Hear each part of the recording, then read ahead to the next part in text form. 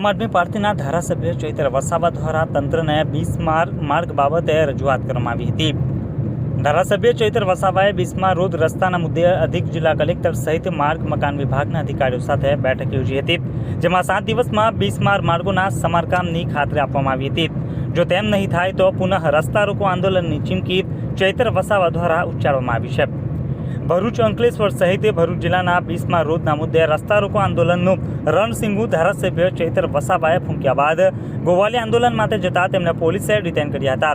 જે બાદ આ મુદ્દે અધિક જિલ્લા કલેક્ટર ધાંધલ સમક્ષ કાર્યકરો સાથે જઈ આ મુદ્દે રજૂઆત કરતા માર્ગ મકાન વિભાગ સહિત હાઈવે અને સ્ટેટ રોડના અધિકારીઓ સાથે બેઠક યોજી હતી, જેમાં વાહન ચાલકોની હાડમારી સહિત અકસ્માતો અંગેની રજૂઆત ચૈતર વસાવા દ્વારા કરવામાં આવી હતી અને તાત્કાલિક રોડના સમારકામ માટેની માંગ કરાઈ હતી।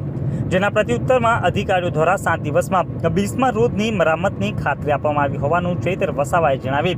જો તેમ નહીં થાય તો પુનઃ રસ્તા રોકો આંદોલન કરવાની અને તે પણ ટોલ પ્લાઝા ખાતે કરવાની ચીમકી પણ ઉચ્ચારી હતી।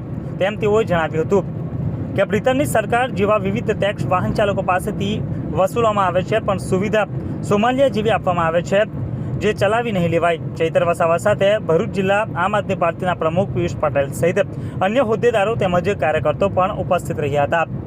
આજે બપોરે 3 કલાકે ધારાસભ્ય ચૈતર વસાવા દ્વારા ભરૂચ જિલ્લા કલેક્ટર કચેરી ખાતે આવેદનપત્ર પાઠવીને રજૂઆત કરાઈ હતી।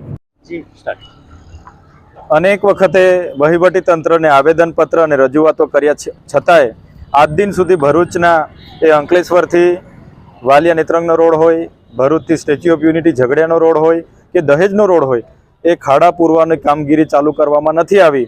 ત્યારે આજે અમે રસ્તા રોકો આંદોલન પર ઉતર્યા હતા અને ત્યાંથી અમને ડિટેન કરીને ભરૂચ હેડક્વાર્ટર ખાતે લાવવામાં આવ્યા હતા। ત્યારે એસપી સાહેબ સાથે અમારી ચર્ચાઓ થઈ, મિટિંગ થઈ, બાદમાં અધિક નિવાસી કલેક્ટરની અધ્યક્ષતામાં નેશનલ હાઈવે, સ્ટેટ હાઈવે અને પંચાયત હાઈવે ઓથોરિટીના અધિકારીઓ સમેત હમણાં જ અમારી બેઠક થઈ છે। ત્યારે દિન 7માં તમામ ખાડાઓ, તમામ રસ્તાઓ રિસરફેસિંગ કરીને સમારકામ કરીને પૂરવામાં આવશે એવી એમણે અમને સંમતિ બાહેધરી આપી છે।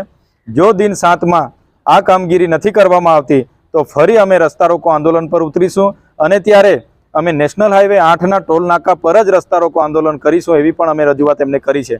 ત્યારે અમારી માગણી છે, એક બાજુ જનતા RTO tax, GST, road tax, toll tax આટલા બધા ટેક્સો ભરે છે, લાખો રૂપિયા ગાડી લીધા પછી પણ લાખો રૂપિયા ટેક્સ ભરે અને સુવિધાના નામે મીંડું હોય એ ક્યારે અમે ચલાવવાના નથી। આજે ગુજરાતમાં બ્રિટન જેવા ટેક્સો ઉઘરાવવામાં આવે છે અને અહીંની સુવિધાઓ સોમાલિયા દેશ જેવી આપવામાં આવે છે, અમે ક્યારે નથી ચલાવવાના। અનેક યુવાનો ખાડામાં પડીને મૃત્યુ પામ્યા છે।